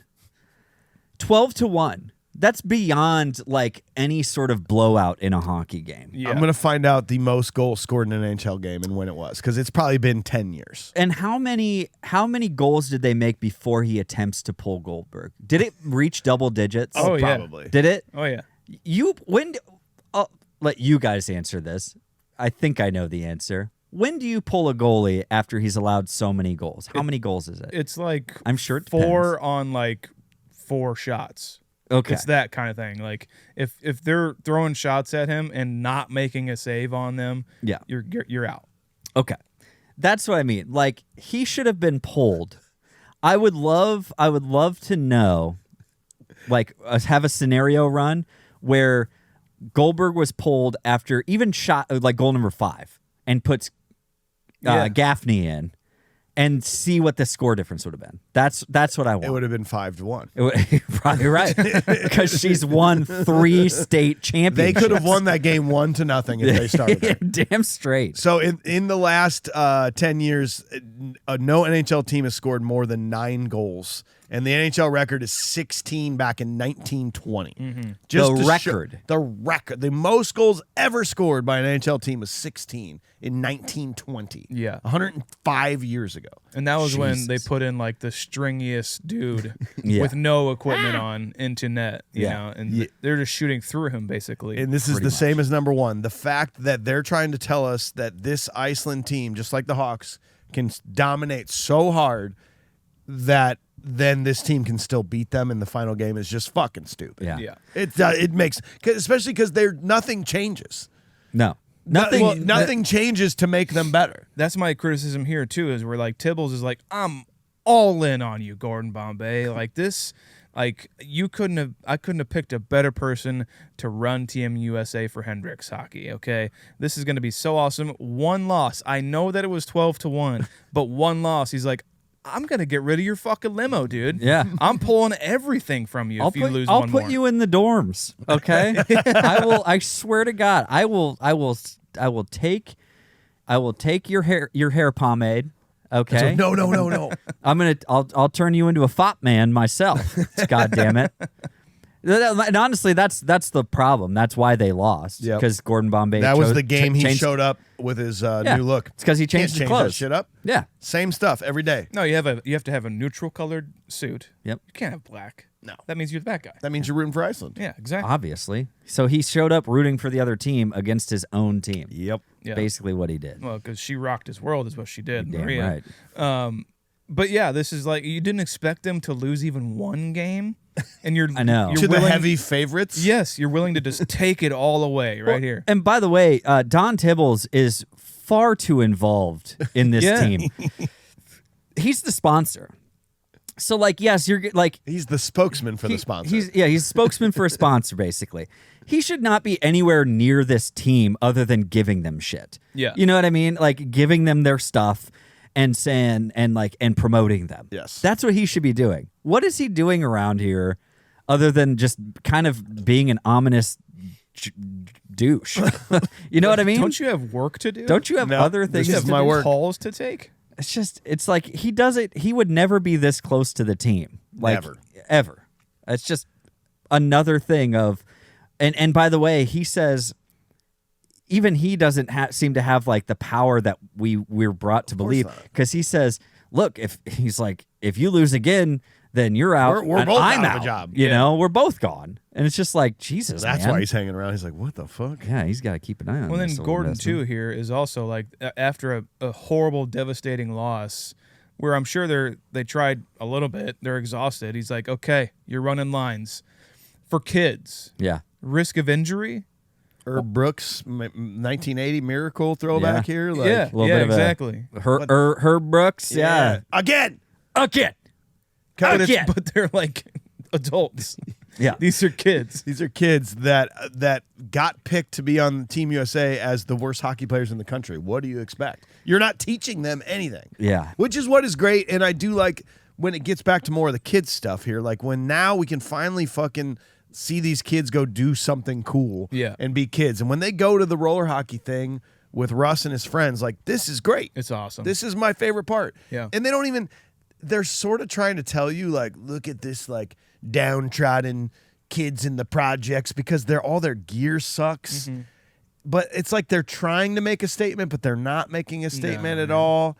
It's weird watching this back as an adult, but it is one of my favorite parts of the film. Yeah, it's more like, to me anyway, just like, just don't take it too seriously. We're having fun, but like there's some certain things like you can do, like the nitty gritty shit. Like he teaches Wu to the fucking jersey pullover and shit. Yeah. That kid's great. The main dude. I wish he would have been more involved. Same. He's really good. Yeah. Because Russ is obviously great. In fact, this is Kenan Thompson's very first role. Really? Okay. He did well. He had just joined like All That on Nickelodeon. He was kind of getting into his Nickelodeon stuff. Yep, and then Heavyweights hit like right out this same year, I think. Okay. Yeah, that's right. Yeah, because Heavyweights was not long after this, but you could tell they grew up a little bit. A little bit, yeah. But yeah, like these moments of like Russ, his brother, all that stuff. I'm fine with it. But guys, like these kids aren't playing or friggin' they're playing basketball. They're not playing hockey in LA, downtown LA. I don't know, man. Roller hockey was pretty hot in the early 90s. Remember they had like beach roller hockey leagues on television? There was like a pro roller hockey league. I do remember that. It was pretty hot, dude. And those pucks started coming out with the balls in the puck. And they never worked. They never worked, right? You just always went back to the ball that came with the hockey stick set. Dude, the ball you was get way that better. thing dirty and it's over. Oh, yeah. But like, it's like, I agree with you, but okay. also give it a little more credit. Roller hockey was pretty big. It was then. big back then. Okay, I will give you that. I think you're right, AJ. In South Central LA, yeah, I'm not sure their heroes are Wayne Gretzky. exactly. Who would have been on the Kings at that point, I think. Yeah. The great one ain't doing it for him. Okay. It's just not happening. But then they turn it into what seems like a young, like ROTC recruiting thing. You got to take every inch. It's just like, okay, you got to earn it. You got to earn it. Do you want it? They wrote a story about your life. Would anybody want to read it? It's just like, just calm down. Like, Keith David, what the fuck? Keith David's popping in. He's just over there announcing. He's just like, if anybody wrote a book about your life, would anybody want to read it? It's just like, fuck, dude. The few, the proud, the Ducks. The Ducks. That guy is pretty fucking nonchalant about getting a puck annihilating his window. He's like, here's it back. Yep. Oh, don't worry. It happens all the time. It's like, really? All good. You totaled my car. Yeah. And you see him later on, he's still standing there, like talking to somebody. And they're just standing there looking at his car. It's like, weren't you going somewhere? I was, but not gonna wait for the insurance adjuster claim to come out. Yeah. He's got to wait for the Safe Light repair guys to show up.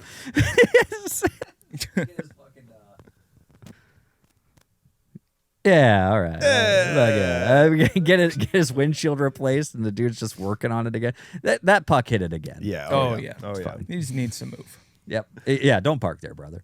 Well, scene 4, Bombay, under immense pressure, begins to lose confidence until Jan, his old mentor's brother, reminds him of his passion for hockey. During a pivotal game against Germany, Bombay arrives late, but his heartfelt apology re-inspires the team, who secure victory using their iconic flying V-play. Recognizing Banks' wrist injury, Bombay benches Banks, and Charlie brings on Russ to join the team. Gordon and Wolf Stenson face off during a practice session. Banks returns from injury, and Charlie agrees to be coach. With a full roster, Team USA defeats Russia and advances to the championship rematch against Iceland. Bombay's plan all along, was to just show up late? I don't know. This whole thing about, this is the only purpose for Coach McKay to be in this story, which is dumb. It's not a great. He could have made this speech in the locker room before the game. Yeah, he could have duck whistled his way into the locker room. Yeah, and been like, guys, I'm so sorry, I screwed up, and here's how we're gonna beat Germany. It's just, dude, LA traffic, man, bro. It's the like 101. Oh man, the 101. He drove a long ways to get to that place on the beach so he could skate around a little bit at sunset, and then the next day, and then you know what? You're right. Or was this a night game maybe or something? Who knows? Sunset's coming down. You're right. Maybe it was the next day. He just slept in. I don't know. I think he did. Man, now I got nothing. I can't help you out at that all, night, dude. Gordon. Yeah, Iceland chick came over. Got that Iceland. Hey, get it. But no. But you showing up late to this game, I think that there's probably a rule still. It's like, hey, you can't get on the bench. You're late. You're not jumping in right now. We don't do player substitutions like that. Right? Yeah, you submit your roster for the game, and I don't think you can. And Coach McKay is not on there. Yeah. Nope. She's never been on the bench. Yeah. And this refs every game. So how are we just going to assume that she's the coach? Yeah, this guy is exhausted and not willing to put up with any of this bullshit. Fucking get the He's lady like, down. I don't care. You're going to lose. He's You guys like- fucking suck. He's like, all right, fine. I don't care. I'm just so tired. Flying V gets him every time, though, Yeah. Mike. Fucking Gets him A-dog. every time. Should we go through it again? About how terrible of a play do it we is? want to rehash this? About how it makes no fucking sense? Yeah, that's what I'm talking about. Yeah. Because the puck has to cross the blue line before any other player can. So your guy in front is crossing the blue line with the puck while 4 players are behind him doing nothing. you put yourself offside, basically. Yeah, you're either offside. If you pass back. Yes, Yeah. you're either offside or 5 of their players are converging onto the man with the puck. Yeah. Coming across the blue line. Yeah, and all your players have to get across that blue line before you can pass it to one behind you, because then again, offsides, obviously. Like half the V is across the blue line, and you pass it, like he says, like ha, and goes right back, but under his legs or something, to the guy behind him. Well, that guy's. You're now all offside. And I think in the first one, they did it in this one. They made it onside both times, but I think in the first one, they were clearly offside. Yes. I'm pretty sure they were. They just didn't show him going over the line in this one. And by the way, you're also going to leave those 2 in the back in the defensive zone. They're defenders. Yeah. You're just pulling a full onslaught into the. No, that's not what's going on. But of course, that wins the fucking game. One guy can disrupt a flying V. Yep. I mean, we see it happen later with 2, but this, I don't know. This is where the movie gets. I paused it for a sec to go to the bathroom. I'm like, 43 fucking minutes left. I know. Dude. What the fuck? My second rewatch, this is where I just started picking up my phone again because I'm just like, yeah. And I couldn't even tell you why it's 43 minutes. It's I can't. This is kind of an interesting. I've talked about it before. Third act movies, sometimes there are these movies you can just kind of do with or without a lot in the third act. Gonna happen. You know what's coming. You know what's going on, and you can just kind of tune out. This is like a second act movie for me. When we get past some of the initial games of this tournament, and it's like when they're going into the stores. Yeah. Pointless. Yeah. It's just them being kids and goofing off. It's like, yeah, but you can do that stuff on the ice. Yeah, but dude, that 27-year-old wants to fuck me. Mm-hmm. What? We'll talk about it next week. All right. And same thing. It's just like when now we have to have a little fun, guys. Dwayne, why don't you round me up some cattle? Oh, that's fun. And this is. They're still not practicing hockey. This is the bullshit that I hate. Is oh, they're just kind of goofing around and he's lassoing people, and then it just cuts back randomly to Bombay. He's just like,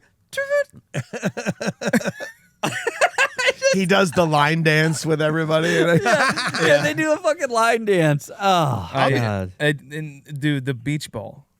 He's like, it's time to have some fun now. I'm gonna bring out a beach ball. One really It's small honestly, beach ball. hockey's a lot more fun than a beach ball. Us playing hockey would be really fun right now. Yeah, we could play hockey and condition ourselves. You know the thing that we've been doing our whole lives that we just really love? Yeah.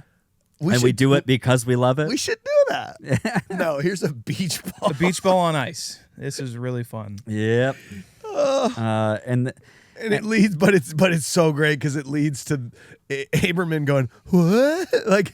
Iceland's already been standing on the ice watching them. Can you imagine watching your opponent? You're this dope ass team, and you get out on the ice, and they're chasing a beach ball around while some guys rodeo. These guys are idiots. These guys are fucking stupid. it's you would be embarrassed for them. Yes. You know what I mean? You'd have that feeling going on. Coach Dennis, no, Wolf, I know you're gonna challenge them. Just they've been through enough. They've dude. been through a lot. We'll beat them on the ice. You don't have to do this. We don't need extra practice. They we don't play this 3-bar, right? And Wolf just can't have it, and he takes that slash at his leg. You can really see all the padding underneath those pants.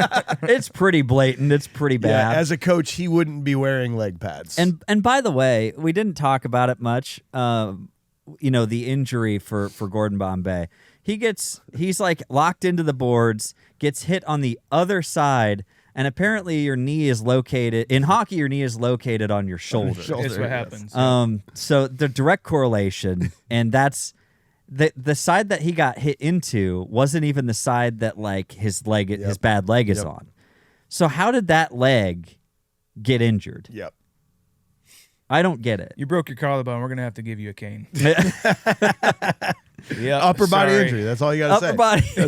We don't disclose. It all counts. Well, it's like, but it is. It's like he's got a bad bum knee. And by the way, there's no injured reserve apparently in the league that he's playing in because they're just like, yep, you're out. Fuck it. We can't do surgery. No, we don't do that here. We don't do that. We ain't got the budget. So. And actually, Tibbles earlier is like, we're doing good things with baboon ligaments. Like, well, let's talk to that guy. Like, I'm really good. Like, we should fix up my leg. Yeah. Oh, I do have a prop. Okay. I think you mentioned. Ooh, here's a prop. My prop is whatever this shoe that Gordon is working on. You want it? I want his loafer. The loafer for kids who want to coach. Kids who want to coach. It's not there's a lot of kids out there who want to coach? Oh, yeah. No, there's not. I'm sticking with it. I want the Trinidad and Tobago jersey. God damn. You can have one. There's multiple jerseys. I want one too then. Okay. Yeah. I want the goalie one, obviously. Yeah. We do need to just talk about the overall continuity issues where no one gives a shit in all the Mighty Ducks movies. Like in the first one, there's this scene where clearly like Adam Banks is on a breakaway, but they cut to the bench and Adam Banks is cheering himself on. And dude, in this one, you've got Mendoza going behind the net and all the cardboard people. Oh, dude. Which is just hard to unsee. But dude, in this 3-bar game, if you watch it, both players, Dennis and Bombay, switch from right-handed to left-handed players just nonstop through this whole scene. Like, but Dennis Stanson's play as a lefty, and all of a sudden you'll see him as a righty. And then you'll see him back as a lefty. Holy shit! Do you think they're doing different people, yes. or do you think they flipped the image? No. I think they're doing two different people, like portraying the actors or something, or the stunt guys were different, or no one gave a fuck. Because these actors can skate, we obviously can see Emilio is decent at skating. Yes, and he's a right-handed shot. Puck handling is probably not one of his fortes. Wolf goes behind the net as a left-handed shot, goes around the net, and then the next shot they show him as a right-handed guy coming up for a backhand, and then they stop and he's like, he's a left-handed again. It's not just one instance; it's the entire scene, just back and forth. But the Banks one from number 1's my favorite, where he's cheering on himself. Incredible. And by the way, I honestly, truly, the fact that these two guys, when it is just them, not stunt guys or whatever, skating, the fact that these two guys are professional hockey players, no, they're not. No. They're not the way that these guys are skating. Like, it seems like almost like a struggle. It looks like me skating backwards, like on there sometimes for Gordon Bombay. Yeah. Like, it's not great. And I never even noticed the fact that they switched hands. It's bad. Now I'm really upset. So now you're gonna have to rewatch it. I am gonna have to rewatch it. I'm not. No. I'm just gonna rewatch that part on YouTube. Well, let's do final scenes. So the final game begins poorly for the Ducks, with Iceland physically dominating them. By the end of the second period, Iceland leads only 4-1 this time. Bombay delivers an impassioned speech, and Jan brings in new jerseys for the team to wear. They tie the game on a last-second shot to send it to overtime, where the team wins because of a save by Julie Gaffney. He trips Goldberg, one of the Iceland teams, one of the Iceland teammates, trips Goldberg, and then scores an empty net goal.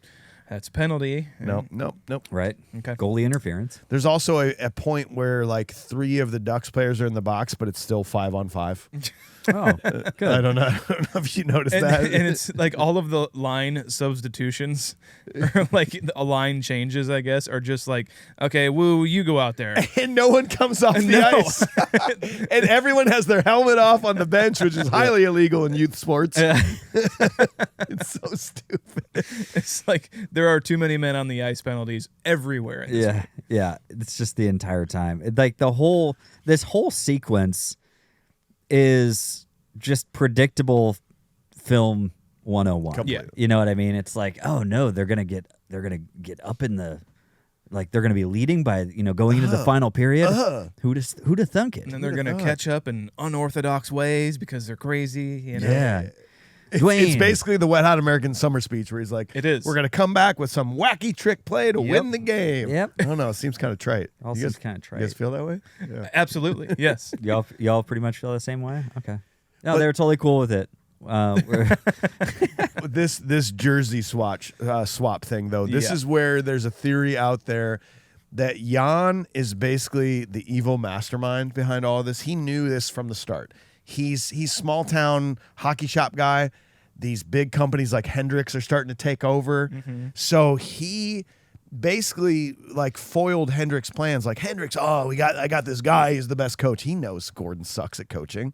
He talks Hendrix into letting Gordon coach this team, putting all this money into it with the worst hockey players in the country, knowing that they will fold and that they will suck.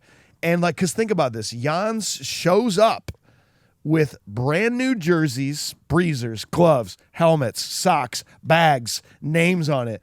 He made all this gear knowing that they were going to need to switch in the final game. And by the way, there's not a single Hendrix logo on any of these jerseys. It's like iTech. So how the fuck is Tibbles excited about this? Yeah. Like his team just won and there's no Hendrix stuff on any of the jerseys. So Jan knew that he could basically force himself into it to like put his own sportswear on the line to foil Hendrix's plan. So he's making a corporate move. He's taking down corporate America Hendrix in this mastermind plan. Because this should, first of all, never be allowed that you can change your jerseys. No, it's or okay your team because name. I just got word that there's no rule against changing uniforms. Oh, you got I word? just got word that there's no word. rule Yeah. against changing uniforms in the middle of a game. So you guys know we're good. Audience, don't worry about that. Context. And they just went through this whole thing of being like, we are Team USA with players all across America, and we need to unite under a new banner. You mean we're literally Team USA. We need a new banner. We're people from all over America, and our banner is the United States flag. Nope. Ducks. Please like the Anaheim Ducks. Oh, for the love of God, please But, like bro, the Anaheim Mighty Ducks. Those original Mighty Ducks jerseys, fucking sick. the purple breezers. I love everything. I bought one of those immediately after watching this movie. And I think most of the country did. Oh yeah, Because it was sick. it is. It is still. They still are. We do need to talk about, since we're on the idea of like shit that just like wouldn't happen or like that you can't probably do. Adam Banks comes back in. I woke up this morning. The pain was gone. Oh, you mean magic. your broken wrist like Great. healed itself overnight? Perfect. Great. And it's like Charlie stops Russ. The person Oh, who's darn. I basically better take off my jersey. Stop. unproven on this team, pretty much. And it's like, who got on this team just by simple recommendation, I Scored a guess. couple of Knucklepuck goals. Has he got done one. that? He got one Knucklepuck goal. Okay. In a game leading up to this. By the way, completely redundant play because you have Fulton Reed, who just fires a better shot.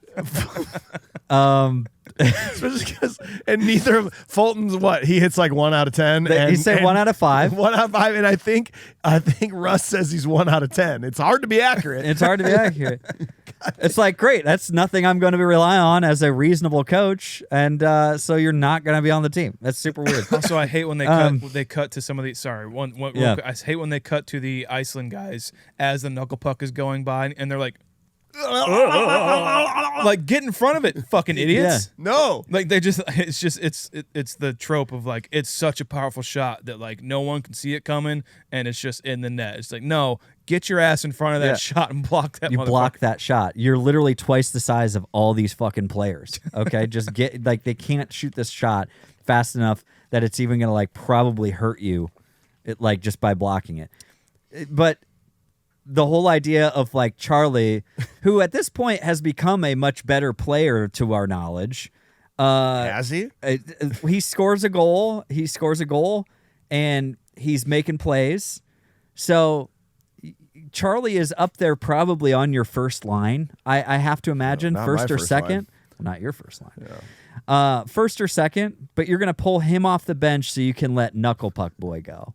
It's just not.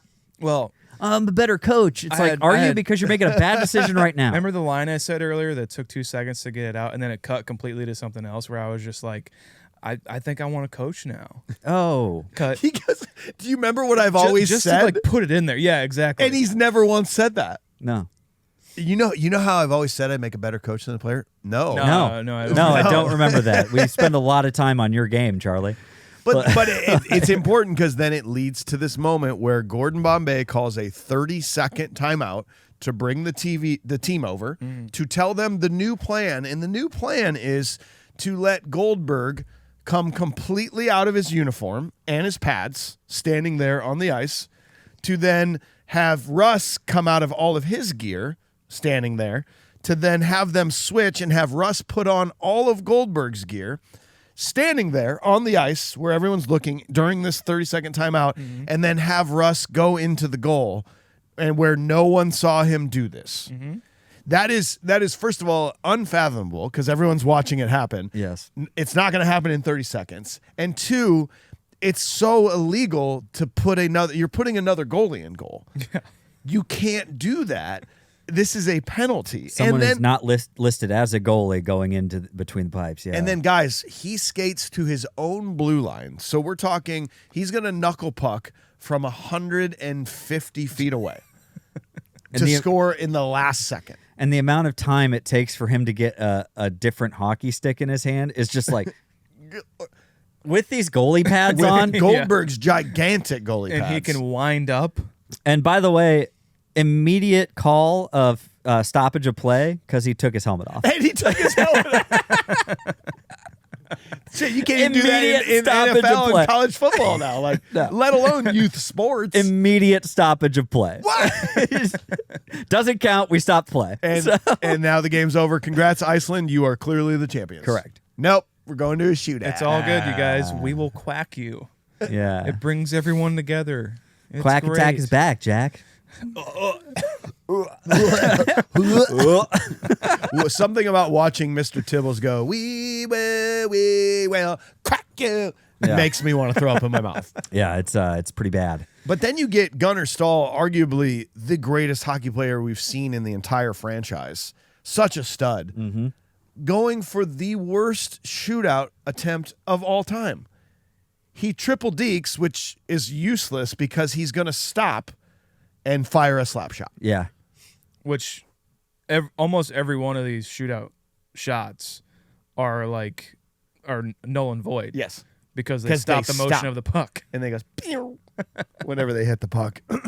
But you're right. You said that earlier. You said it how Gordon Bombay is the worst coach in history because he's literally going to finally put in Julia the Cat Gaffney, who's never played a second of the tournament, who's the best goalie in the world, and he's either going to succeed and look like a brilliant genius, or he's going to ruin her entire mental psyche and career for the rest of her life. Ruin her career. Put her in cold.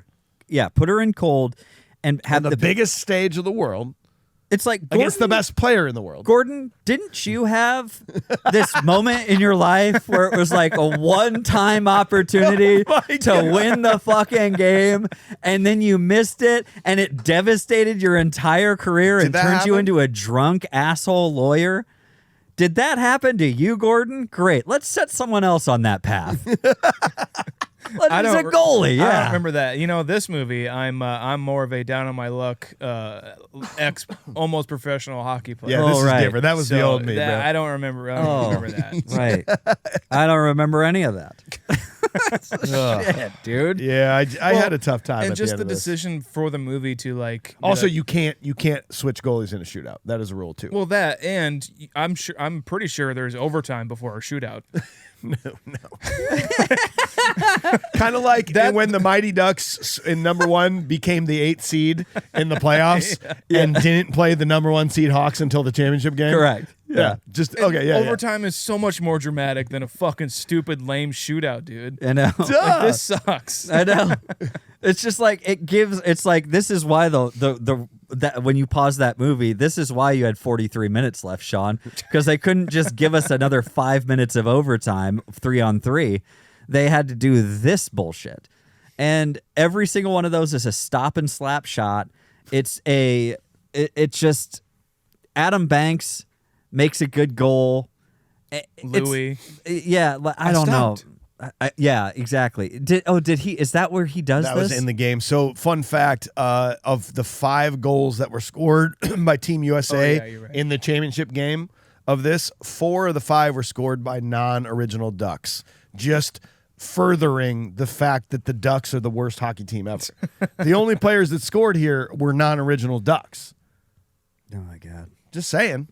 Yeah, and you know why it was only 4 out of 5? Because Julie never got to play. Yes. Yep. Because she was a goalie, and she probably would have actually scored a goal if she actually got I bet to play. she's better than Charlie as a skater. She would have kept him in most games. Yeah. Yeah. Yeah. So, great. The plane turns into a flying V at the end. What is it? The airplane turns into ducks. Fades. Ducks fly together. Into a ducks flying in a flying V. And then, of course, we are the champions bonfire. Which, by the way, where did this happen? Because the 5 players that were not from Minneapolis, Minnesota, did they just go back to Minneapolis and they live there now? Where is this campfire happening? Do these children, did they sign contracts to... They're officially Team USA They're forever. owned. Oh, sorry, USA Ducks. Yes, they are USA Ducks. Yeah, this campfire thing. I love a good campfire. Don't love this. Nope. Didn't like it when I was a kid. Don't like it now. Why are you singing Queen? Why is Averman singing? I'm glad a lot of questions. You guys are saying you didn't like it because my Amazon order immediately went to another movie as this started playing. I'm like, oh shit, and I'm like, fuck it. I missed the outro credits. It'll be all right. It'll be all right. Well, anything else you want to say about this movie, my friends? That is it. Yes, I do. I'm sorry. We were led to believe that whoever made that final shot, it was Gunnar Stahl, right? Gunnar Stahl's shot. We're all left holding our breath after the shot of whether or not it went in. I don't see it in the net. Where is it? How is it possible that we're all just bated breath here when there's no siren going off and there's nothing behind it? We're all just... we didn't know until she tossed it out of her fucking glove. Oh. Last gripe, sorry. Well, we have dissected Mighty Ducks 2 with a modern eye. Time to give it a modern day rating. Sean, what do you got to think about this I one? will say I do think that the hockey photography in this movie is better than the first one. But first of all, the lights are on.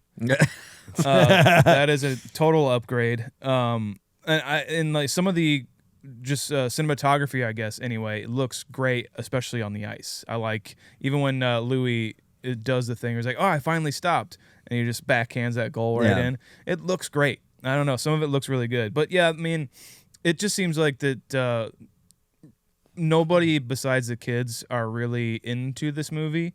They kind of seem, and even the kids at point, everyone in this movie seems like they're trying to keep up with the plot. Like they're like it seems like so much is happening that not even the actors in the moment of doing a take are like, what's going on? Like what is this leading to? Does this help further the story whatsoever? The movie just oozes that sort of like unsureness of itself pretty much. Yeah. It's not great. I don't ever need to watch this again. I think I like the first one better than this one. You definitely do. For sure. It's fun though. Like I can definitely see, and like all of our gripes about it are just like, well, it's a fucking kids movie. Yeah, of course. I get it. But for me, it's let's go 4.9. 4.9 for Sean. AJ, what about you? So I watched this a little bit with my son too, and even he could sit through it, guys. That's bad. And he likes hockey. He has to turn on hockey. He's like, I want to watch hockey sometimes, and he will watch a real hockey game more intently than he would watch this movie. Hell yeah. And that says something, because I really think that this is geared to kind of keep you. It's supposed to keep you entertained. I don't know how you do that. I think, isn't this movie like 2 hours and 12 minutes or something like that? It's like an hour and 43. Hour 43. It seems longer than that. It does. It seems longer, and there's just so much throwaway of this movie. There's so much fat to be trimmed. And if this movie was an hour and 29 minutes long, it would probably be a lot more interesting and a lot better. Like I don't even feel like a love interest of any kind from Bombay, which I do think is warranted. I think it's okay to put something like that in this movie. I know he's kind of like flirting with this Iceland girl. That falls off completely. It's just little things to create the animosity that we got from the first one that felt pretty genuine, you know? And like it just there's never a point in this movie where it takes off for me. You know what I mean? There's never a moment where I am like really locked in, because there's always something kind of waiting in the wings for me to lose interest over. There's a lot of tropiness. There's like I said, like them going into the stores and like having that music play, I'm Too Sexy or whatever, isn't it? It's like the only thing I think that I find redeeming about this is the music that they brought back. It's one of the best Disney themes I think that they've written for movies. I think it's phenomenal, and I just have such a damn hard time with any sort of the character development that did or did not happen for a lot of the characters. I hope we get to do D3 in the not terribly distant future. I think it would be fun to do it within short order, to do a final comparison and be able to really talk through all three of them. Number one is better to me. What did I give number one? Shoot, I should have peeked at that. You gave... Not that this is going to be hard to do. You gave an 8.4. I gave a 7. Sean gave a 7.1. Yeah. So is it a fun movie? Yeah. Is there some fun aspects? It's not my favorite one. I think that this movie sits at it's a 5.1. 5.1 for AJ. Yeah, I mean, like, it is really tough on me for this one because it holds a special place in my heart. I didn't realize it was as bad as it really was. Emilio Estevez is dog shit in this movie. He's sleepwalking. He looks terrible. I he hate acts saying terrible. He's Gordon Bombay was my favorite part of the first one. Oh, yeah. Like, he had an arc and he had this like incredible story, and the first one was more about the kids and him and like really overcoming something. This was just thrown together, and the continuity was all over the place, and it's still fun. It's still something I'm excited for my kids to watch, but the first one is a million times better than this one. I'm still going to be a little higher than you guys, though. I'm going to call this a 6. It's a 6. Thanks. It's okay. Mike G has never seen it. He says, so now having seen the Mighty Ducks, basically for the first time, I have some thoughts. I know they didn't invent the scrappy underdog team overcomes their differences, gets their shit together, and comes from behind to steal victory from the comically big bad guys, but props must have been given to them for doing it 3 movies in a row and never getting too stale. Yeah, I went and watched D3 after. Couldn't help myself. I did too. The actual hockey is something. I mean, I'll say that the action in D2 is a lot better than the original, Knucklepuck aside, but did nobody else see that Bombay missed that last-second shot in the minigame he was playing with the Iceland coach? I had to rewind like 4 times to make sure I wasn't just seeing things, but he definitely went wide right on that one. For being kid actors, these kids are actually pretty damn good. I did an audible gasp when I realized that Mendoza was Benny the Jet Rodriguez, who somehow looks 5 years younger than he did in this movie that came out before Sandlot. Couldn't figure that out. Charlie Conway, I vaguely recognize as the guy from Fringe. Connie Moreau was Katie in Wet Hot American Summer. Jesse Hall was also in The Sandlot. And I guess Kenan Thompson had been Kenan Thompsoning it ever since he stepped in front of a camera. Yep. The biggest surprise for me was Fulton Reed, who I knew looked familiar, but I couldn't place it until I finally Googled it and realized he's Foggy Nelson in the Daredevil series. Blew my mind. The cameos by celebrities in this one were definitely were more big names, even though I'm not clueless enough to not realize what Wayne Gretzky looks like. But the film definitely suffers in one area: lack of Hans. Sorry, Jan. Even though you pulled those iconic white, teal, and purple uniforms out of nowhere, you can't compare it to the original. Punchable face is definitely Emilio for waiting to use Julia the Cat Gaffney until the last possible second. Well said. Goldberg's on a hot streak. Goldberg was afraid of the puck last year and still is less reliable than a 1982 Yugo. And you're going to let goals rain in when she, who gave up the opportunity to win a 4th state championship in a row, gets cold on the bench for the entire tournament. Yeah. Insanity. Aaron Boone level ridiculousness.